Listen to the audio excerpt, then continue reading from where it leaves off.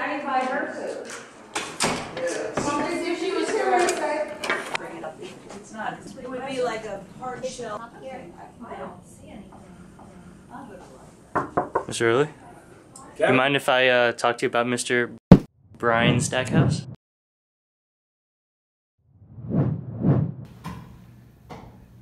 Hi, Mr. Stackhouse. It's Shield Sarda and Kevin Lee. So when we both told you that this was a video for a day in the life of a student, that was a complete lie.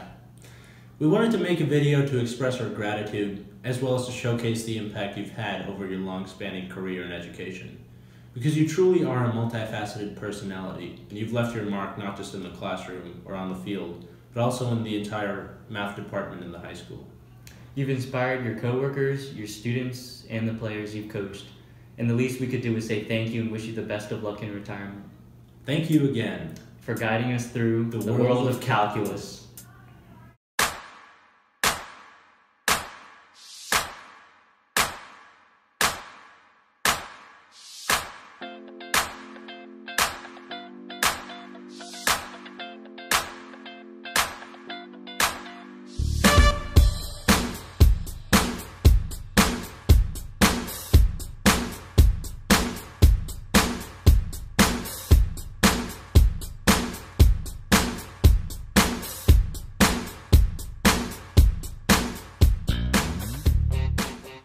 I would say Mr. Stackhouse is passionate. Professional. Shawled. Like someone who is angry because they're hungry, they're hangry. Yeah. Okay? So I'm saying he's short and he's bald. So I'm calling him shawled. We have to say short and bald. Mr. Stackhouse is the definition of a master teacher. Brilliant. Inspirational. Courageous.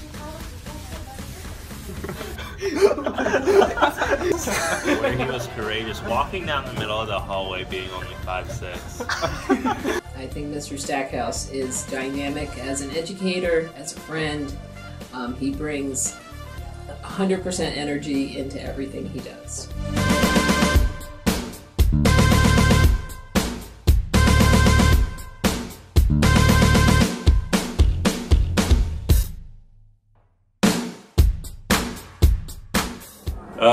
First impressions, caring.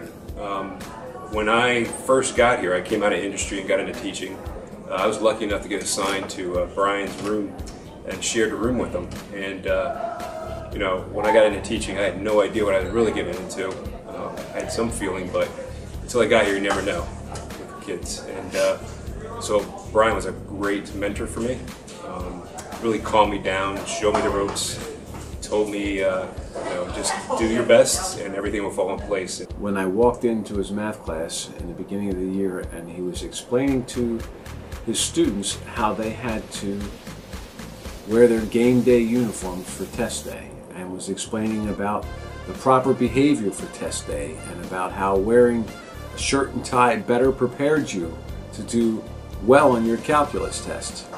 The next day I came back to that same period just to see, and I could not believe how many shirts and ties and very nice clothing that the young ladies were wearing. I was utterly amazed at the faith Mr. Stackhouse's students have in him and his counsel. I was teaching calculus as a long-term sub for Mrs. Luton. He was in the room right next door. I would go ask him for help. And early on, I was going to teach something that I believe nobody else teaches here. And I didn't know that at the time. And I thought I was just being a good calculus teacher. It's in the book. And I found out later, but Stack said, oh, that's a good idea, just do it. And later when I found out nobody else does it, I'm thinking, Stack, man, what are you doing? But the point is what? The point is, here I am, a brand new teacher. This is my second career. This is the first time I was ever teaching alone in a classroom, and all he did was be encouraging to me to go out on a limb and teach what I wanted to teach, what I thought was appropriate for the course. He probably doesn't even remember this. In room 215 there are 2 tables, and most people sit at the big table. The little table usually has supplies, papers, you know, flyers about, I don't know, upcoming play or whatever. It's usually where we just throw crap. So I was new and I was sitting at the small table at lunch, and he had sat down at the big table and started eating his lunch, and he packed up his stuff and came and sat with me. And I was always very touched by that. I thought that was like, you know, just a real nice gesture, and I never forgot about it. I would always think that in my mind he was like my first Downingtown friend.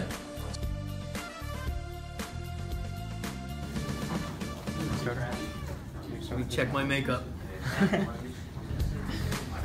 Now, what is this for?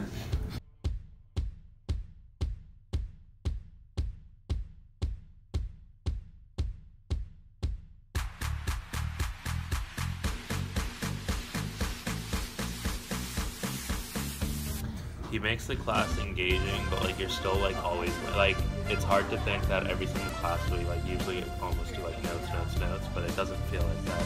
It's nice. And he makes every class fun with his little quirks and everything, like smooth and continuous. Rough. Zip and zop, go away. Zip and zop. He never takes shortcuts, ever. Whether it's with teaching, friendships, being a dad, being a husband. If you boil that guy down at his core, he's just a solid, just really good human. He's just dedicated to what he does, whether it's his family or his coworkers or his students or his athletes. He's dedicated. He just really cares about his students, and he cares about the faculty. He cares about everybody around him. You know, he gives more than he takes, and he just wants everybody to do their best. That's what makes him so special.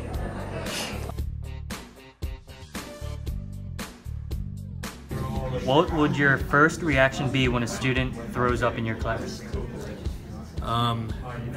Crap, I gotta go help clean this up. When no one laughs at my jokes, I try to think of a better one. Oh yeah, lots of times. Yeah, and then I try to explain it. And when you explain a joke, it loses everything, which makes a bigger joke. Some word association. Okay?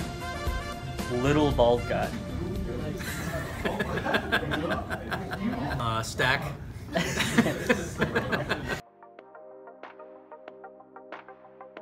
You should ask him about the time that he lost his tooth. In school? At the holiday Christmas party. So I brought like a tray of like salami and pepperoni and cheese and stuff. So oh my God. We're at Mr. Oliver's house. He had it, and he's eating it, and all of a sudden, like, I lost my tooth. I lost my tooth. So we were like all in hysterics, and the best part was this was like I think a Saturday night. He couldn't get into the dentist till like Tuesday or Wednesday, so he had to come here for a day or two and teach with a tooth missing. It was in the front. Oh yeah, it was this one here. Yeah, it's either this one or one of those two front ones. It was awesome. I mean, it was just like, and a little bit better was the fact that I bought the food that made him lose the tooth. On in-service days, the men in the math department go to Ron's Bar and Grill down on 113, and the number one thing we always get is Victoria's Secret fries, but we often get stuff that involves ketchup. And I was sitting across from Stack, and Matt Grinwis was sitting next to me. And Mr. Grinwis was trying to get ketchup out of the bottle. And what do you do when you're trying to get ketchup out of the bottle? You pat the bottom? You pat the bottom. Mr. Grinwis got a little vigorous patting the bottom, and the ketchup, I'm just sort of half paying attention, went flying across the table. Not the bottle, just out of the ketchup. It's like it was shot out of a rocket. And nailed Mr. Stackhouse on the shirt. It was awesome. And Mr. Stackhouse figured it couldn't possibly have come from our table. So he turns around and he's looking at the table behind us and figured somebody behind us was playing a joke on him. But no, it was just our table firing ketchup right in his shirt. You gonna try to keep a relationship with him after this? Absolutely. I'm hoping that we have a little tradition of going out to Ron's for in-service days. Victoria's Secret fries, you better be there, Brian. That first year, from other people I hear that you and him went back and forth on pranks. Well, it's kind of a long story. Because I was new, I I had some of the in-services I wasn't with the entire faculty. Some of them I had to go with the new teacher groups. So the veteran teachers at East and West were at East. I was sent down to the West Library with all the other new teachers in, I think, middle school and high school. And I had talked to people about how stupid most of the posters are that hang on the walls. You know what I mean? Like, yeah. There's tons of them. Yes, it was about dreams and like shoot for the moon, and if you miss, you land on, I don't know, Neptune or something stupid like that. So what they did is, Ann McGee, who ran the department, was retiring. So she was taking stuff down from her room. And I didn't have a room, I just had a desk in room 215 at the time. So what they did is they took all those supposed motivational posters and plastered them all over my desk, okay? So the in-service here was half day, and then East stayed and West came back. So I was leaving in service at West, and a bunch of the math teachers from West passed by and said, hey, we really like what you did with your desk. It's really nice, it's really nice. I had no idea what they were talking about, but I figured on my way home I better stop here and see what they did to my desk. So I got here and I took everything down, took it all down, put it in my car and took it home. So then everybody's walking in, like hoping to see this reaction from me, and my desk is totally blank. So I just waited a few weeks and people started whispering, and I found out that he was involved. So I sent a student with one of the posters to his room. So the student gives him the poster, you know, just letting him know, I know you were involved, you know, it's on. So then he sends the student back to me with one of those, you know, his posters he has above the board? Yeah, like one's the Pythagorean theorem, one's like the Pythagorean identities. Yeah. So he sends the kid back with it. So I said, all right, if he's going to be foolish enough to give me these nice posters, I'm going to give the kid another one. So I sent the kid back. Well, he took another one down, and so the kid comes back. Well, this happened 4 times. The 4th time, the kid comes back with a poster sitting on him. They duct taped the kid to a wheelie chair and pushed him down the room. So I just saw the kid go sliding by my room holding one of the posters. So I took the posters, went home that night, took pictures of them, put them on eBay, and then sent the link to everybody in the math department. So, to get back at me, we were supposed to go get pictures, because it was the first year we were East and everybody was trying to build like a whole big team mentality.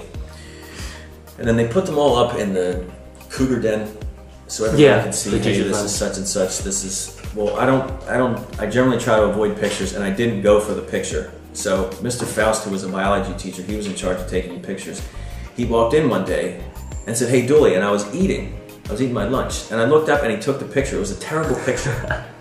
So somehow Stack got a hold of that picture and blew it up. I mean huge, probably like 3 by 5. And made a speech bubble with me supposedly saying all these stupid things like, you know, 1/7 of your life is spent on Tuesdays, you know, if you receive a favor, pass it on. And they were everywhere. I mean, they were all over the school. Like, and just, there were so many places, like, I just would think to myself, all right, I've seen all of them. And then I'd go like a different way or go into the cafeteria, there was another one somewhere. So, yeah, we had some fun the first year. It was good.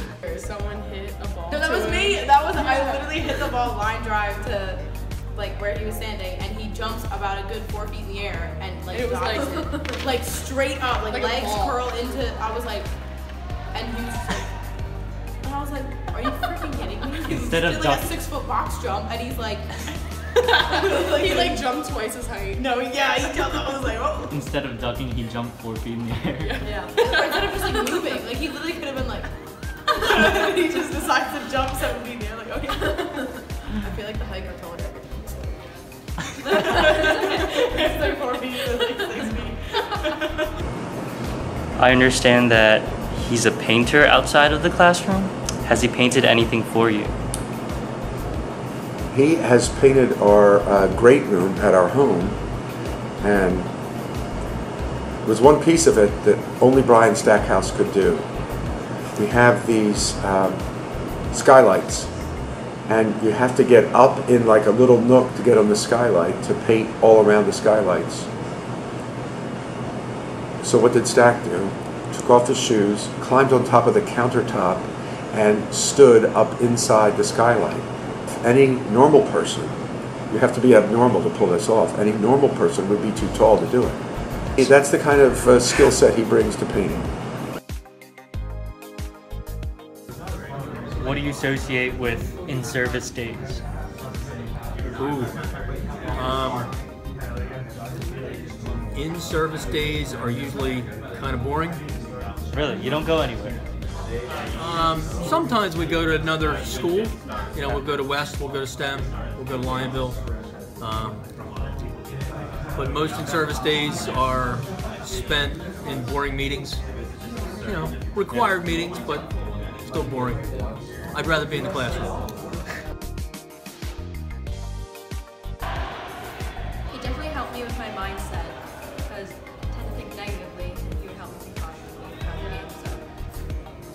game. So. Even like as a male influence, you know, how hard he works for his family, how hard he works here, definitely taught me, you know, there's times when you keep your mouth shut and just take whatever's coming, and there's times when you speak up. He's always good at knowing the difference, and it was always good for me to watch what he did in situations, so, you know, I would know what to do.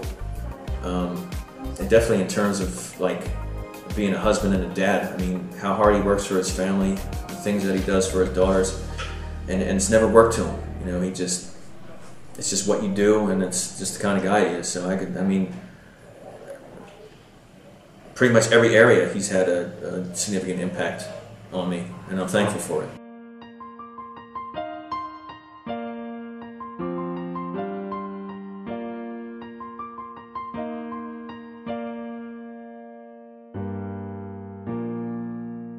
As far as the math department goes, the math department is Brian Stackhouse. This is going to be a major loss for us. I want to call him the granddad of math, but not to categorize. But he is. He's just our calming influence, and really kind of helps us maintain focus. And maintain our focus on the students. He's made me a better teacher, and all the years I taught, I was a better teacher because I could bounce ideas off of Mr. Stackhouse. I could observe Mr. Stackhouse, and he was a great friend and a great mentor. He's fun to pick on, and it's going to be really hard. You know, we won't have Brian Stackhouse to pick on anymore, and to laugh with, and to kid around with, and to talk math with, but to talk sports with, to talk family with. Yeah.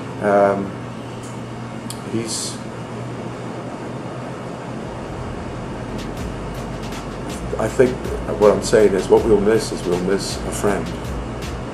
And he's like the anchor at the end of the hallway. I mean, I've thought about it a little bit in that respect, but probably selfishly more on my own. I'm not sure I really faced it, to be honest with you.